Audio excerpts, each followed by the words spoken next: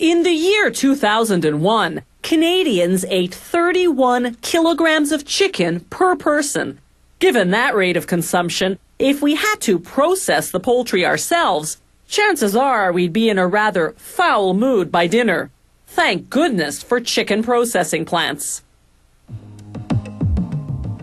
The chickens arrive at the factory with their feet, legs, and heads already cut off. What's left are the breasts and wings. The slaughterhouse also removed the internal organs. A conveyor belt transports the chickens to the cutting and deboning zone, a bustling assembly line operation. Workers prop each chicken on a cone-shaped stand in order to have both hands free to work on it. Cutting up a chicken properly isn't as easy as you might think. The workers get special training. It's crucial they keep their knives well sharpened and wipe them after every 5 or so chickens. The first cuts remove the wings, starting on one side and positioning the knife horizontally in line with the top of the cone. The worker makes an incision where the wing joins the shoulder, then cuts downward across the back of the chicken. Then a quick cut and twist to detach the wing.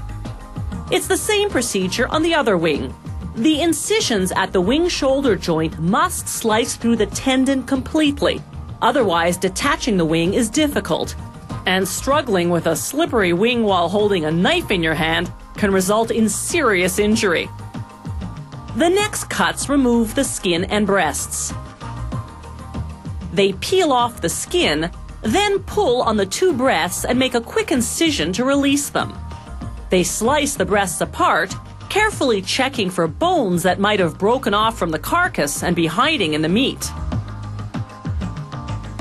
The next cuts remove the tenders, the meat located under the breasts.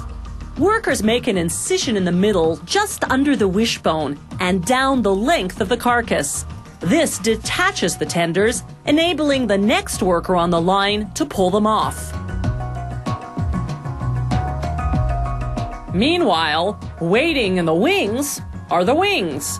Workers load them onto a machine appropriately called the wing cutter, a mini Ferris wheel that takes the wings for a little ride, right into a sharp knife that chops them into 3 sections: the drumette, the chubby part with the most meat, the winglet, the middle part, and the wing tip, the pointy part with barely any meat.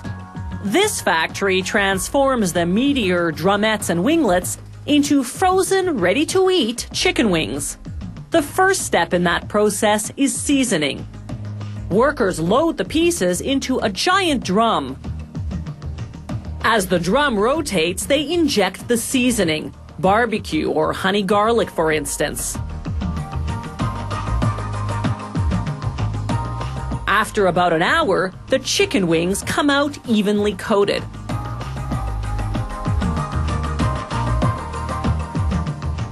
Now these freshly seasoned wings go into a gas-fired oven where they bake at approximately 250 degrees Celsius for 8 to 11 minutes.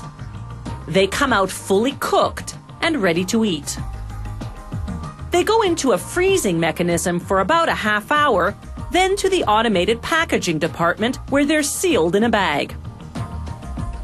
These chicken pieces, wings, tenders, and breasts, are prepared differently.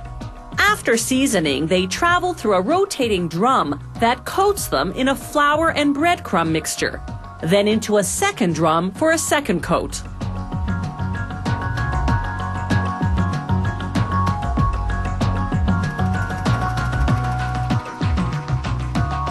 Next stop, a 40-second deep fry in canola oil, just long enough to adhere the coating. Then from the frying pan into the fire, as they say.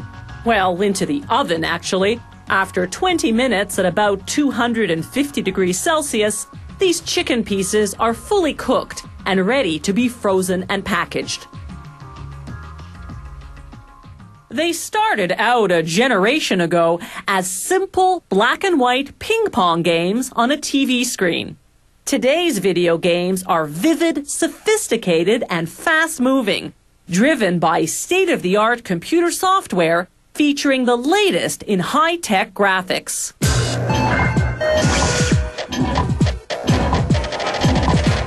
It all started in 1952 with a Cambridge University PhD thesis on human-computer interaction. The student invented a primitive tic-tac-toe game on a vacuum tube computer, the very first computer game with graphics. A team at MIT designed the first recognized computer game in 1962. Then, in 1972, a Stanford student invented the arcade game Pong, which later became a home video game to play on your TV set.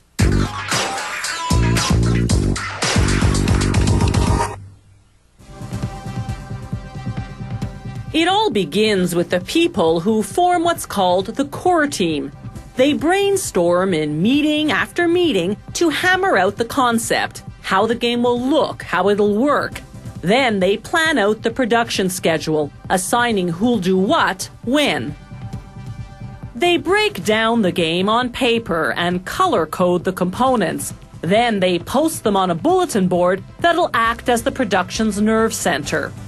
Now work on the artistic concept begins. Artists sketch out the characters and backgrounds on paper in a scene-by-scene storyboard.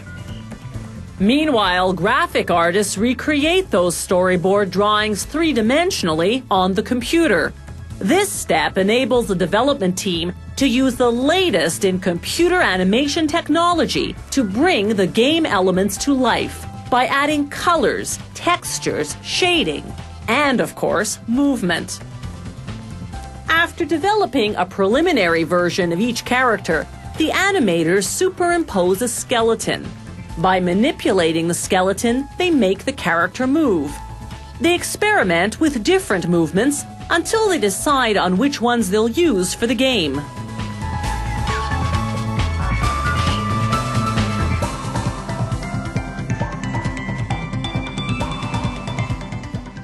The animators have to design every movement each character can potentially make in the game.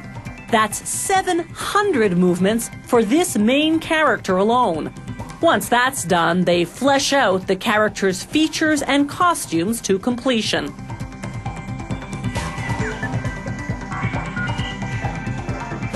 The evolution of the characters from the first pencil drawing to the final version is quite remarkable.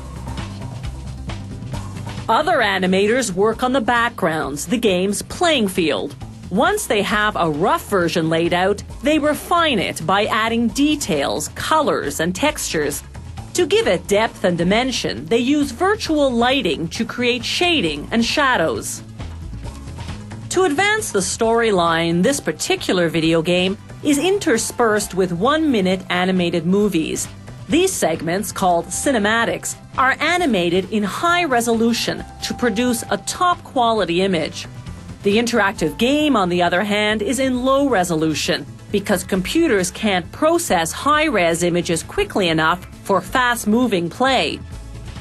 So the animators have to create every character twice in both high and low resolution. Meanwhile, for the cinematics, they animate the storyboard using rough draft characters. This is simply to calculate the timing and to map out a clear path across the backgrounds, so that the characters don't collide with the scenery. To make the cinematics action look realistic, they use a technique called motion capture. The animators videotape themselves performing the action, then use animation software to reproduce it on the computer.